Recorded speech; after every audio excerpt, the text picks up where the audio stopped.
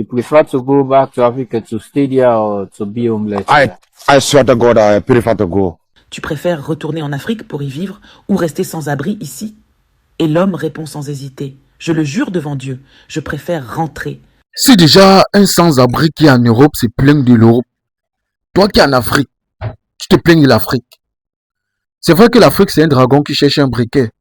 Mais si déjà toi, qui vis en Europe, tu te plains de l'Europe, tu dis que je vais rentrer. Combien de fois celui qui vit en Afrique?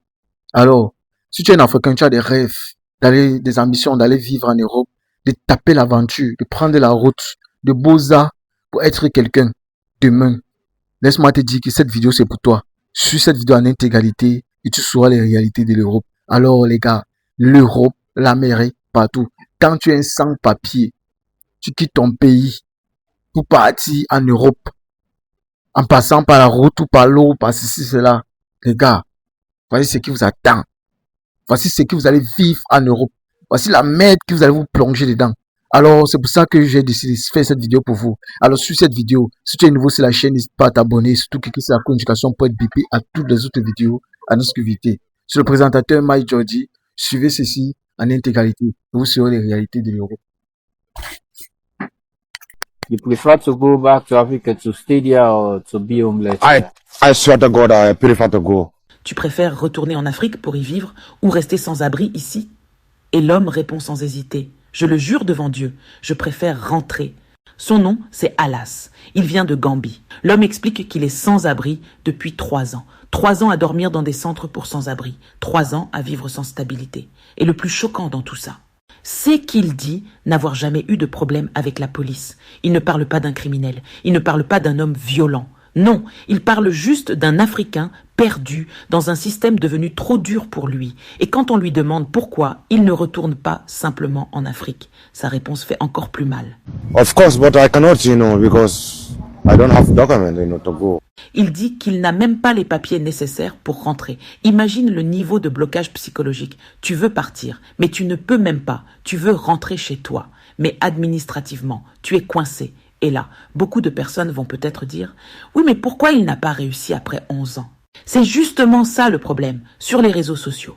On montre souvent la réussite. On montre les voitures, les appartements, les voyages, les vêtements de marque, les photos devant les monuments européens.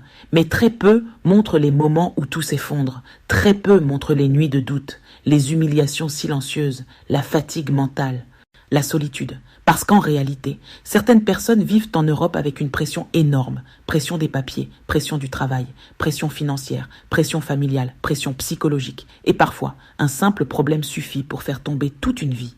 Perte d'emploi, fin d'un hébergement, dépression, addiction, isolement. Et quand tu tombes dans cette spirale, remonter devient extrêmement difficile. Ce qui m'a aussi marqué dans cette vidéo, c'est la manière dont Alas parle. On sent qu'il est épuisé intérieurement. À un moment, il dit « Right now, I'm frustrated. Frustrated? Yeah. Yeah, I'm totally frustrated. Je suis totalement frustré. » Et honnêtement, ça se voit.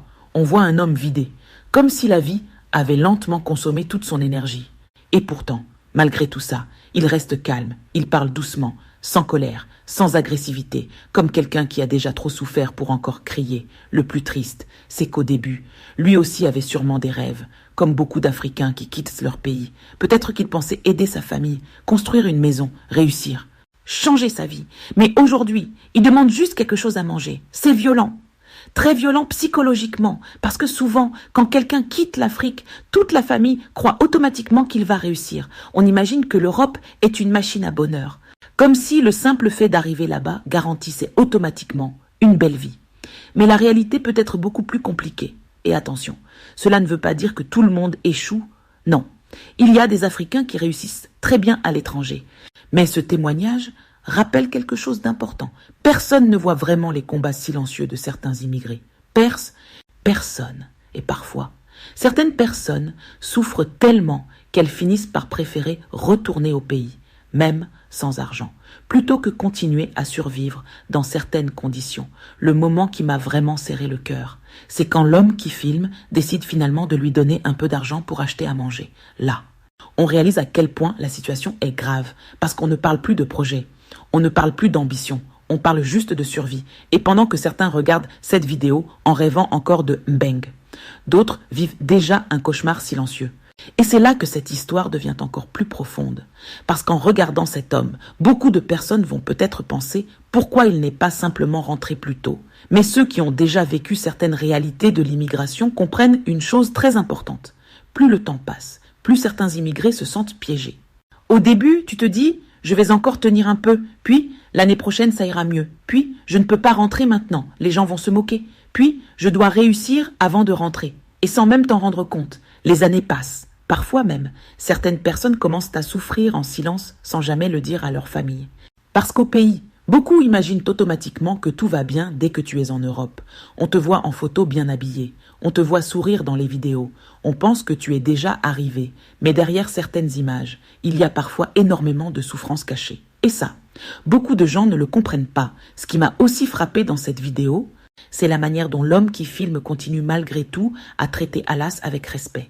Il ne se moque pas de lui, il ne l'humilie pas, il l'écoute simplement comme un frère africain qui souffre. Et honnêtement, dans un monde où beaucoup filment les gens pour les ridiculiser, voir quelqu'un écouter un autre Africain avec compassion, ça touche. Parce qu'au fond, ce témoignage dépasse même la question de l'Europe. Ça parle aussi de solitude, ça parle de santé mentale, ça parle de pression sociale, ça parle de cette douleur silencieuse que certaines personnes portent chaque jour sans rien dire.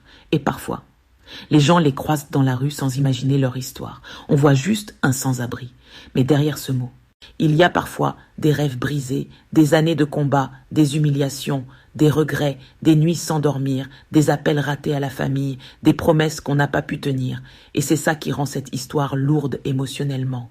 Parce qu'on sent que cet homme n'est pas mauvais. Il semble juste épuisé par la vie, à un moment. Celui qui filme demande même aux Gambiens de partager la vidéo pour essayer de l'aider. Et là, on réalise quelque chose de très fort. Parfois, certains immigrés deviennent invisibles, complètement invisibles. Ils vivent dans le même pays depuis des années, mais plus personne ne les voit vraiment. Et honnêtement, cette réalité devrait aussi pousser beaucoup de jeunes à réfléchir calmement avant de prendre certaines décisions. Parce que les réseaux sociaux peuvent parfois vendre un rêve incomplet. On montre rarement les foyers pour sans-abri, les dépressions, les problèmes administratifs, les nuits de solitude, la fatigue mentale, la peur de l'expulsion, ou encore la honte de ne pas avoir réussi après des années. Et c'est justement cette honte qui détruit parfois beaucoup de personnes intérieurement. Certaines préfèrent souffrir en silence plutôt que d'avouer à leur famille que les choses ne vont pas bien.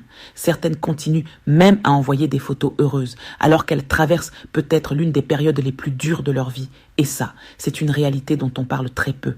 Mais attention encore une fois, le but ici n'est pas de dire que l'Europe est mauvaise. Non, il y a des gens qui réussissent, des gens qui construisent une belle vie, des gens qui trouvent des opportunités extraordinaires. Mais cette vidéo rappelle une chose essentielle. Changer de pays ne supprime pas automatiquement les difficultés de la vie. Parfois même, certaines difficultés deviennent encore plus lourdes, loin de sa famille, loin de ses repères, loin de son pays.